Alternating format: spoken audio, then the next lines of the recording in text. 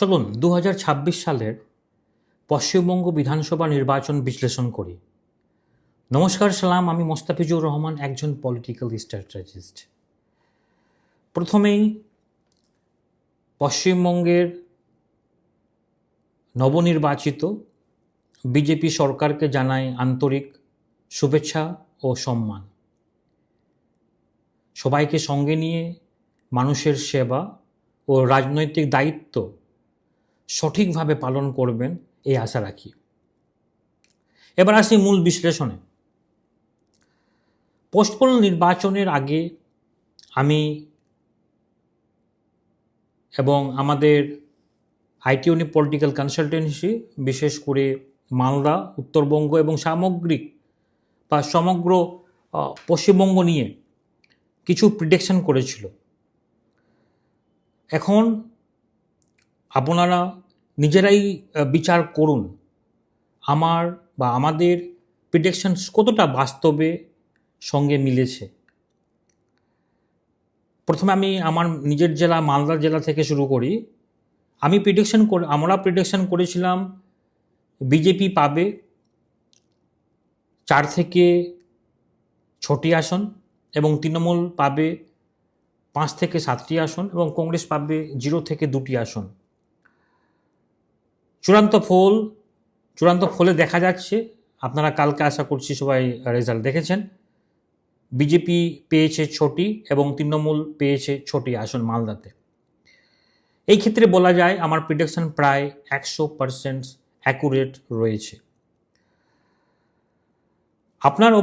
আপনারাও অবশ্যই নিজের মতামত জানাবেন আমাদের এই প্রিডিকশনস কতটা সাকসেসফুলি আমরা করতে পেরেছি।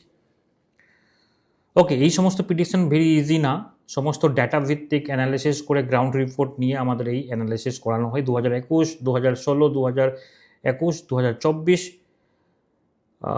নিরিখে আমরা এই সমস্ত প্রিডিকশন করা হয়েছিল। ওকে, চলুন এবার আসি উত্তরবঙ্গে। আমরা স্পষ্টভাবে বলেছিলাম উত্তরবঙ্গে বিজেপির শক্ত ঘাঁটি। সেই অনুযায়ী আমরা আমাদের প্রিডিকশন ছিল বিজেপি পাবে 35 থেকে 40টি আসন। রেজাল্টে দেখা যাচ্ছে বিজেপি পেয়েছে 40টি আসন পেয়েছে। আশা করছি আপনারা সবাই জানেন 54টি আসন রয়েছে উত্তরবঙ্গে, তার মধ্যে 40টি আসন বিজেপি পেয়েছে। আমরা বলেছিলাম 35 থেকে 40টি পাবে। এখন আপনারা বলুন এই প্রিডিকশনস কতটা সঠিক ছিল, অবশ্যই আপনারা কমেন্টে জানাবেন। আমার মতে সেটা 100% অ্যাকুরেসি রয়েছে। আপনার মতে আপনারা নিজে জানান কমেন্টে যে আমাদের প্রিডিকশনস কেমন। ওকে, এবার আসি দক্ষিণবঙ্গ। আমরা 2016, 2021, 2024 সালের নির্বাচন ট্রেন্ড বিশ্লেষণ করে বলেছিলাম দক্ষিণবঙ্গে বিজেপি পাবে 70 থেকে 85টি আসন, কিন্তু বাস্তবে বিজেপি পেয়েছে 166টি আসন। কেন এই বড় ফারাকটা কোথায়? ওকে, চলুন আমরা বিশ্লেষণ করি। এর মূল কারণটি হলো আমরা আমাদের প্রিডিকশনে মেরুকরণ বা পোলারাইজেশন ফ্যাক্টরটা সম্পূর্ণভাবে ধরে নিই। যদিও আমরা আগেই বলেছিলাম যদি মেরুকরণ ঘটে তাহলে 3% to 4% ভোট সুইং হতে পারে।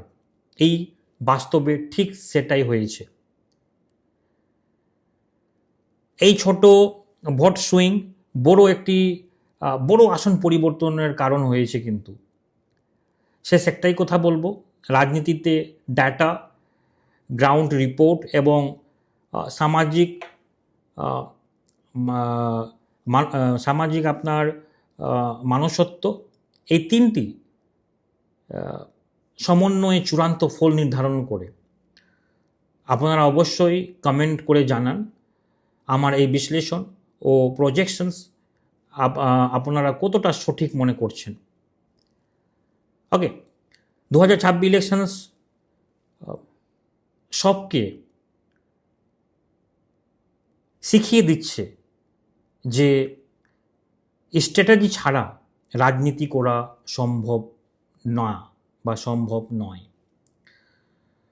ওকে।